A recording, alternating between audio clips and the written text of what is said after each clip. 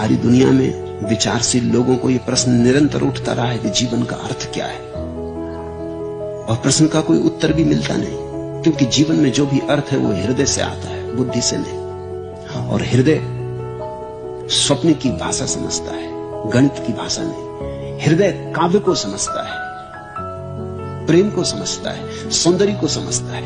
हृदय का ढंग ही और है, उसका जगत ही और है। तो भक्ति तो हृदय का जगत है।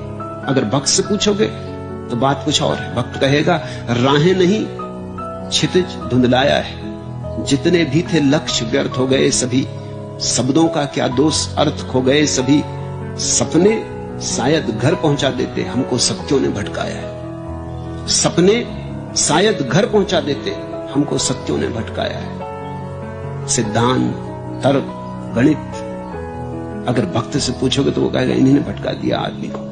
अन्यथा आदमी एक रस का झरना होता, अन्यथा आदमी एक गीत का झरना होता, अन्यथा आदमी नाचता, प्रफुल्लित होता, उसके जीवन में उत्सव होता, परमात्मा होता। सारी दुनिया में विचारशील लोगों को यह प्रश्न निरंतर उठता रहा है कि जीवन का अर्थ क्या है, और प्रश्न का कोई उत्तर भी मिलता नहीं, क्योंकि जीवन में जो भी अर्थ है वो हृदय से आता है, बुद्धि से नहीं। और हृदय स्वप्न की भाषा समझता है, गणित की भाषा नहीं।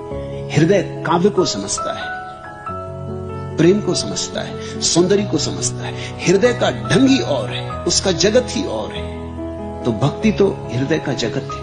अगर भक्त से पूछोगे तो बात कुछ और है। भक्त कहेगा राहें नहीं क्षितिज धुंधलाया है, जितने भी थे लक्ष्य व्यर्थ हो गए सभी, शब्दों का क्या दोष अर्थ खो गए सभी, सपने शायद घर पहुंचा देते हमको सत्यों ने भटकाया है।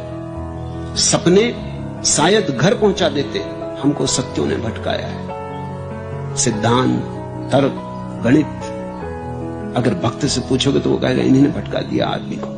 अन्यथा आदमी एक रस का झरना होता, अन्यथा आदमी एक गीत का झरना होता, अन्यथा आदमी नाचता, प्रफुल्लित होता, उसके जीवन में उत्सव होता, परमात्मा होता।